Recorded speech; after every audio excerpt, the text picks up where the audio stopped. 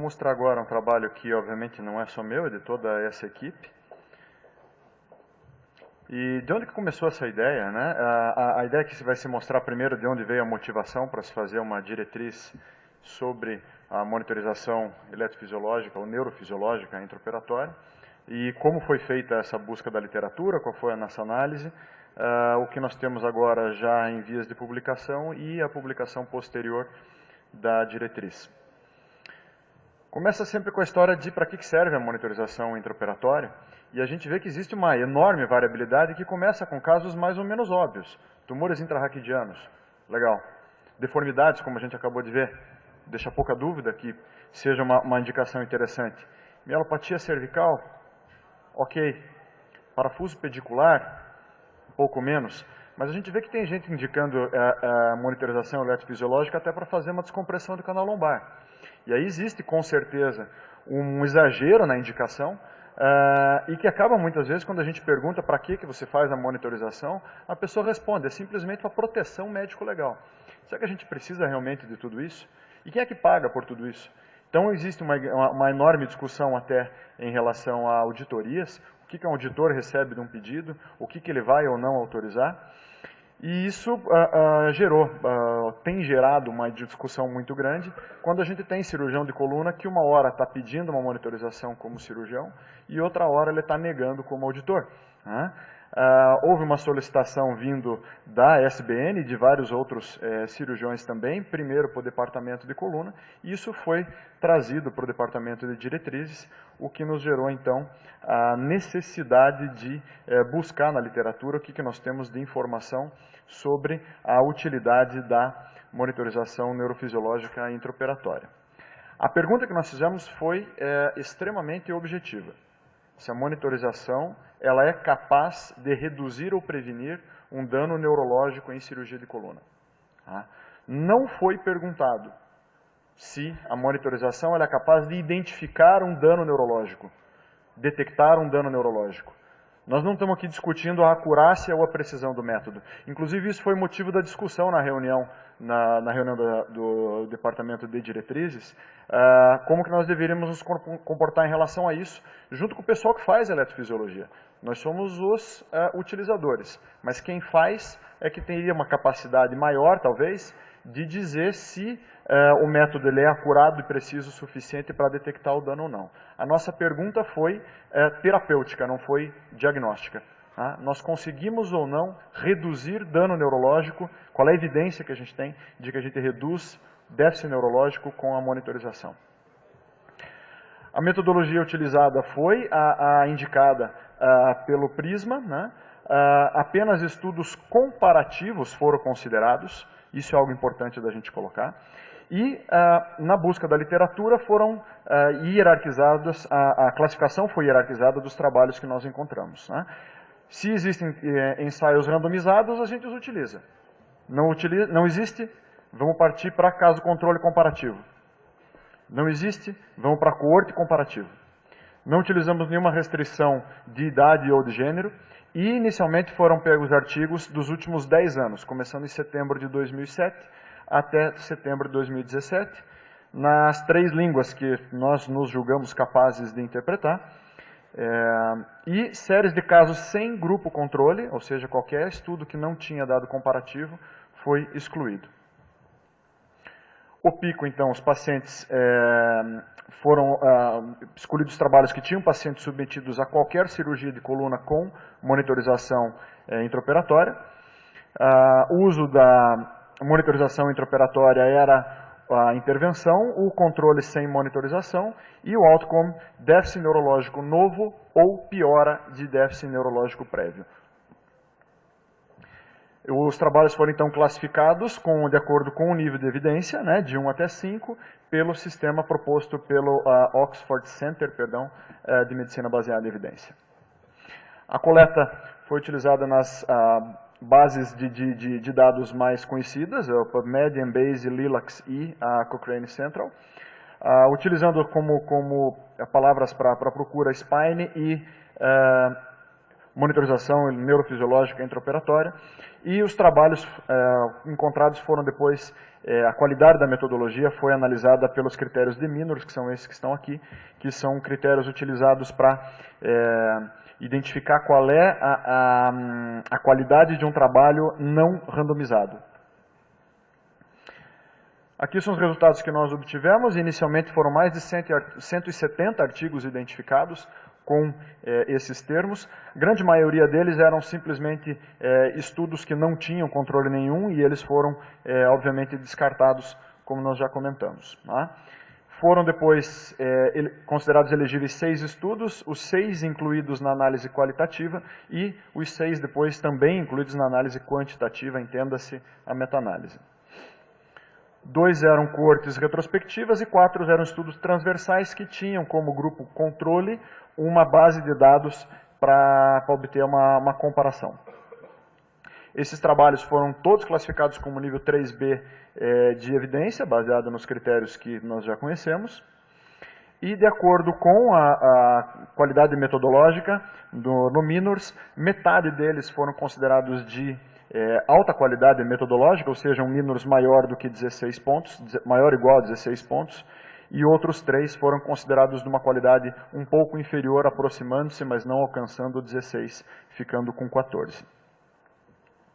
Nós tabulamos todos esses dados aqui colocando o tipo de estudo, o N, que tipo de cirurgia e qual segmento estudado dentro da coluna, qual foi o tipo de monitorização utilizada e aqui qual foi o dado objetivo encontrado em relação à presença de déficit neurológico novo ou piora e qual foi o follow-up que cada um deles obteve.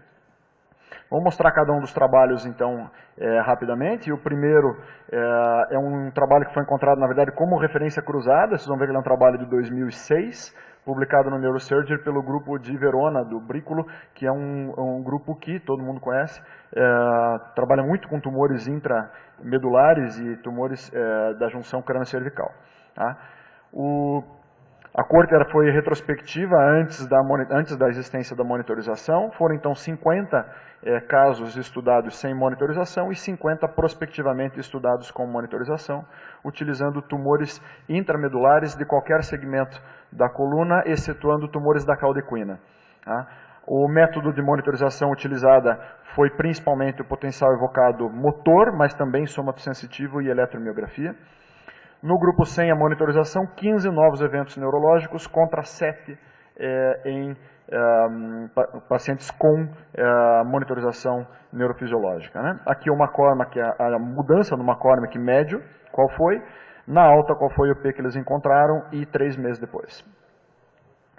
Aqui um outro estudo também para lesões tanto intra como durais, tá? De um estudo publicado numa revista polonesa, tá? Também uma coorte retrospectiva antes da monitorização e os dados prospectivos depois da existência da monitorização, um número semelhante de pacientes nos 2 grupos, os mesmos métodos de monitorização e novos eventos neurológicos encontrados em 14% dos pacientes sem monitorização na coorte retrospectiva e 3 depois da monitorização. Esses dados simplesmente na alta não tem follow-up de médio e longo prazo.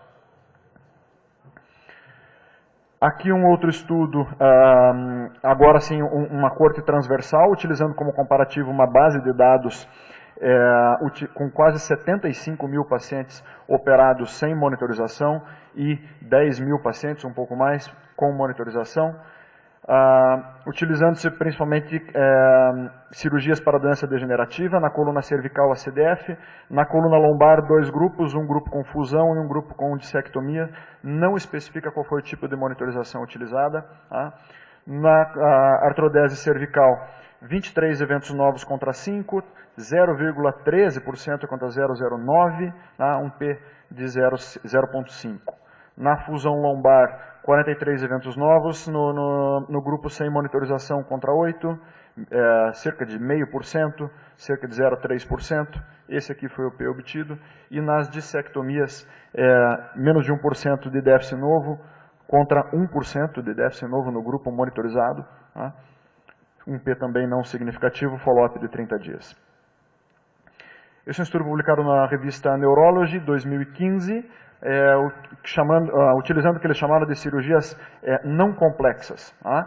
Então, não houve restrição com relação ao segmento utilizado, cervical, torácica e lombar, tá? Mas não foram consideradas reoperações, não foram consideradas cirurgias de artrodese de vários segmentos, deformidades, nem tumores. Também um estudo transversal, utilizando como comparação uma base de dados, mais de 200 mil pacientes operados sem monitorização, cerca de 10 mil com monitorização. Não houve a especificação de qual tipo de monitorização utilizada.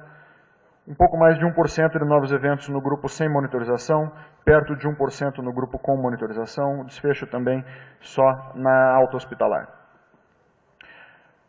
Mais um estudo com uma metodologia parecida, 12 mil pacientes sem monitorização, 2 mil com monitorização, apenas para mielopatia e radiculopatia cervical, utilizando potencial evocado motor e somatosensitivo. Novos eventos, 35, 0,2% no grupo sem monitorização e 6, também 0,2% no grupo com monitorização, um follow-up de 30 dias. Aqui um estudo coreano, esse acho que é o mais recente de todos, 2016, tá? Também transversal, base de dados eletrônica, 53 pacientes sem monitorização, 129 com, cirurgias de coluna cervical por via posterior, sem considerar tumores intradurais. Tá? Então, foram basicamente cirurgias de descompressão ou fraturas, tinha 2 casos só de deformidade. Monitorização com os 3 métodos, novos eventos nenhum no grupo sem monitorização, contra 8 no grupo com monitorização. A gente pode discutir um pouquinho sobre isso depois.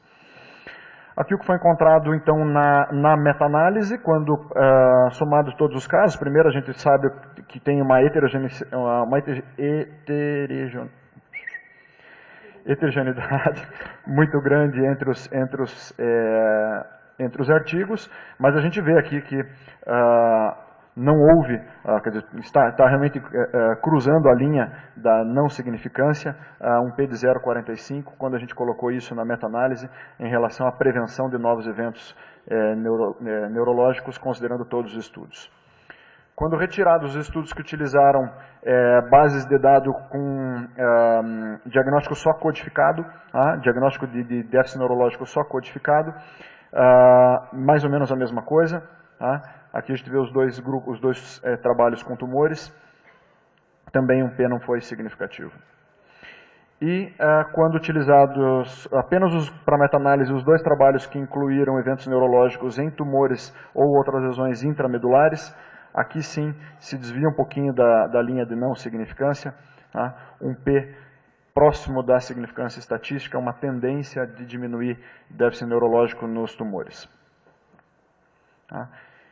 Então, em relação ao que nós obtivemos de dado, uma pequena discussão, na meta-análise não houve menos eventos neurológicos nos pacientes em que foi utilizada a monitorização intraoperatória, uma tendência de menos eventos nos tumores intramedulares, uma grande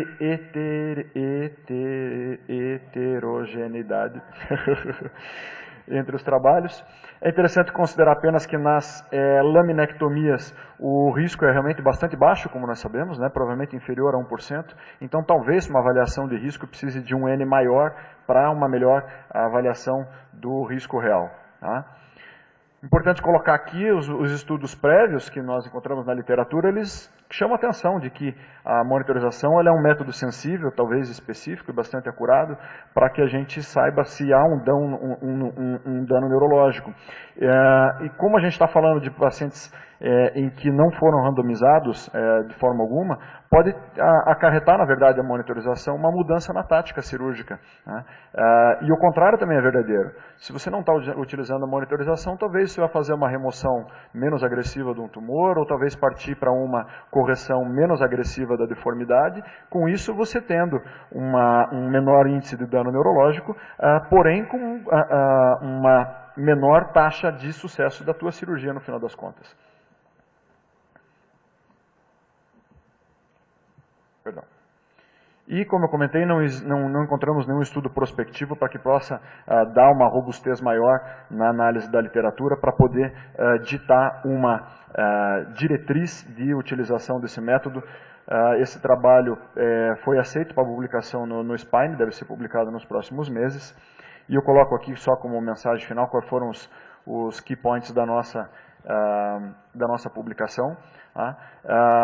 A gente sabe, então, como eu comentei, que a monitorização ela é capaz de diagnosticar um dano neurológico, mas os benefícios para prevenir um novo déficit neurológico continuam incertos. Tá? É basicamente isso que eu tinha para mostrar, já está esgotado o tempo. Obrigado.